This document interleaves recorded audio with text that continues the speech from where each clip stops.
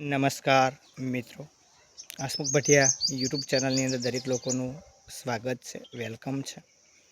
આજે આપણે એક સુંદર મજાની રજૂઆત કરવાની છે ગ્રામ પંચાયત વિશે। એટલે કે ગ્રામ પંચાયતની અંદર તલાટી કમ મંત્રી તરીકે બહેનશ્રી એટલે કે ચેતનાબેન પ્રજાપતિ ફરજ બજાવે છે। તો તેમને આપણે કહેવા માગીએ છીએ કે તમારી નિમણૂક થઈ ત્યારથી તમે કેટલા દિવસ હાજર રહ્યા છો, અને હાજર રહ્યા છો તો તેનો રિપોર્ટ આપો।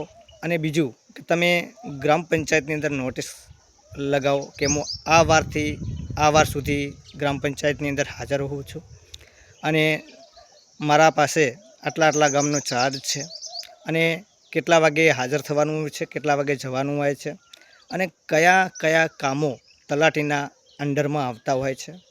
અને બીજી ખાસ એ સૂચના કે પાણી વેરો ઉઘરાવવામાં આવે છે તો પાણી વેરાનો ઉપયોગ ક્યાં કરવામાં આવે છે, સફાઈ વેરો ઉઘરાવવામાં આવે છે બેન, તો સફાઈ વેરાનો ઉપયોગ ક્યાં કરવામાં આવે છે તેનું પણ તમે જાહેર કરી અને નોટિસ બોર્ડની અંદર લગાવજો। અને ગ્રામ પંચાયતની અંદર કેટલા ઠરાવો કરવામાં આવ્યા છે, કયા કયા કામોને આવરવામાં આવ્યા છે, કયા કયા વિસ્તારની અંદર કયું કામ કરવાનું છે, એના ઠરાવો એજન્ડા બધું જ તમે લોકો સુધી પહોંચાડજો, લોકોને જણાવજો કે આ કામ ગ્રામ પંચાયતની અંદર આવેલું છે, આ કામના ઠરાવો કરેલા છે।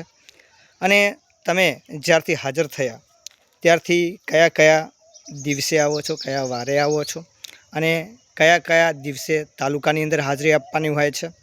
અને એટલા માટે કે તમે જે 7 દિવસ આવે છે એમાં એક રવિવાર આવે છે, એટલે 6 દિવસની અંદર કેટલા દિવસ ગ્રામ પંચાયતમાં હાજરી રહેવાનું હોય છે, કેટલા દિવસ તાલુકામાં હાજર રહેવાનું હોય છે, તમારી કામગીરી શું હોય છે, અને કયા કયા કામ માટે લોકો તમને મળી શકે છે, અને કયા કયા કામની અંદર તમારી જરૂર પડે છે, તમારા કામો શું છે, એટલા માટે નોટિસ બોર્ડની અંદર લખવામાં આવે જેથી જનતા, લોકો, ગ્રામજનો જાણી શકે, તમને કોઈ અગવડ ના પડે। કયા કામની અંદર કયા કયા ડોક્યુમેન્ટની જરૂર હોય છે, કેમ કે આધાર કાર્ડની જરૂર ક્યાં પડે છે, ચૂંટણી કાર્ડની જરૂર ક્યાં પડે છે, આવકના દાખલાની અંદર કયા કયા ડોક્યુમેન્ટની જરૂર પડે છે, એ દરેક વસ્તુનું નોટિસ બોર્ડની અંદર ઉલ્લેખ કરવામાં આવે। અને જે તમે બેસો છો એક પુસ્તકાલય છે, તે ગ્રામ પંચાયત નથી, તે પુસ્તકાલય છે, તો તમારી ગ્રામ પંચાયત ક્યાં છે એ પણ તમને ખ્યાલ નથી। જ્યારે મેં પ્રશ્ન પૂછ્યો હતો કે પાણી વેરો ડબલ લેવામાં આવે છે તો ક્યાં ઉપયોગ થાય છે, તો મને કે ખ્યાલ નથી, તમે એવો જવાબ આપ્યો। અને જ્યારે મેં પૂછ્યું કે ગ્રામ પંચાયત ક્યાં છે એ પણ મને ખ્યાલ નથી, અને તમે એવું કીધું કે હું જાતે કોઈ નિર્ણય ન લઈ શકું, સરપંચ હાજર હોય તો જ હું નિર્ણય લઈ શકું। તમે સક્ષમ અધિકારી છો કે સરપંચ સક્ષમ અધિકારી છે એ ખ્યાલ પડતો નથી। ત્યારે જે આજકાલ તમે જુઓ છો કે તલાટી અને સરપંચની મિલીજુલી અને મિલીભગતથી તમે જુઓ છો કે ગ્રામ પંચાયતની અંદર વિકાસના નામે શૂન્ય દેખાય છે, અને તલાટી કમ મંત્રી પણ તમે જુઓ છો કે મહિલા હોવા છતાં એક સરપંચના કહેવા પ્રમાણે ચાલતા હોય અને પોતાના હોદ્દાનો દુરુપયોગ કરતા હોય તેવું લાગે છે।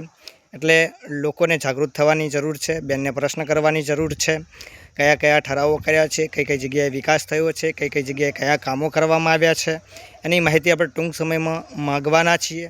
પણ લોકોની પણ ફરજ છે કે તમે પણ જાગૃત નાગરિક બનો, તમારી ફરજ નિભાવો, કેમ કે જાગૃત થશો તો વિકાસ થશે। કેમ કે 12 મહિના થઈ ગયા, વિકાસ થતો નથી, કેમ કે તમે બધા જુઓ છો કે 12 મહિનાની અંદર કાંઈ નથી થયું તો 4 વર્ષની અંદર શું થવાનું છે એ તમે બધા જુઓ છો। અને મહિલા તલાટી છે તો આપણે એનું સ્વાગત કરીએ છીએ, પણ મહિલા તલાટી બેનને પણ આપણને સાથ સહયોગ સપોર્ટ આપવો જોઈએ, કેમ કે આપણે કોઈ પણ કામ લઈને ગયા તો સાંભળવું જોઈએ, આપણે કોઈ પણ પ્રશ્ન લઈને ગયા તો તમને સાંભળવો જોઈએ, કેમ કે તે જનતાના સેવક છે। એટલા માટે આપણા ટેક્સમાંથી તેમનો પગાર થાય છે, એટલે તેમની ફરજ છે કે આપણને જવાબ આપે, આપણા કોઈ પણ કામનું નિરાકરણ લાવે, કોઈ પણ અગવડ પડતી હોય તેને સાંભળવી જોઈએ। એટલા માટે વિડીયો બનાવ્યો છે, વિડીયોને શેર કરજો, લાઇક કરજો, કોમેન્ટ કરજો, અને ખુદના પ્રતિભાવ ચોક્કસ જણાવજો તેવી આશા રાખું છું। જય હિન્દ, જય ભારત, જય સંવિધાન।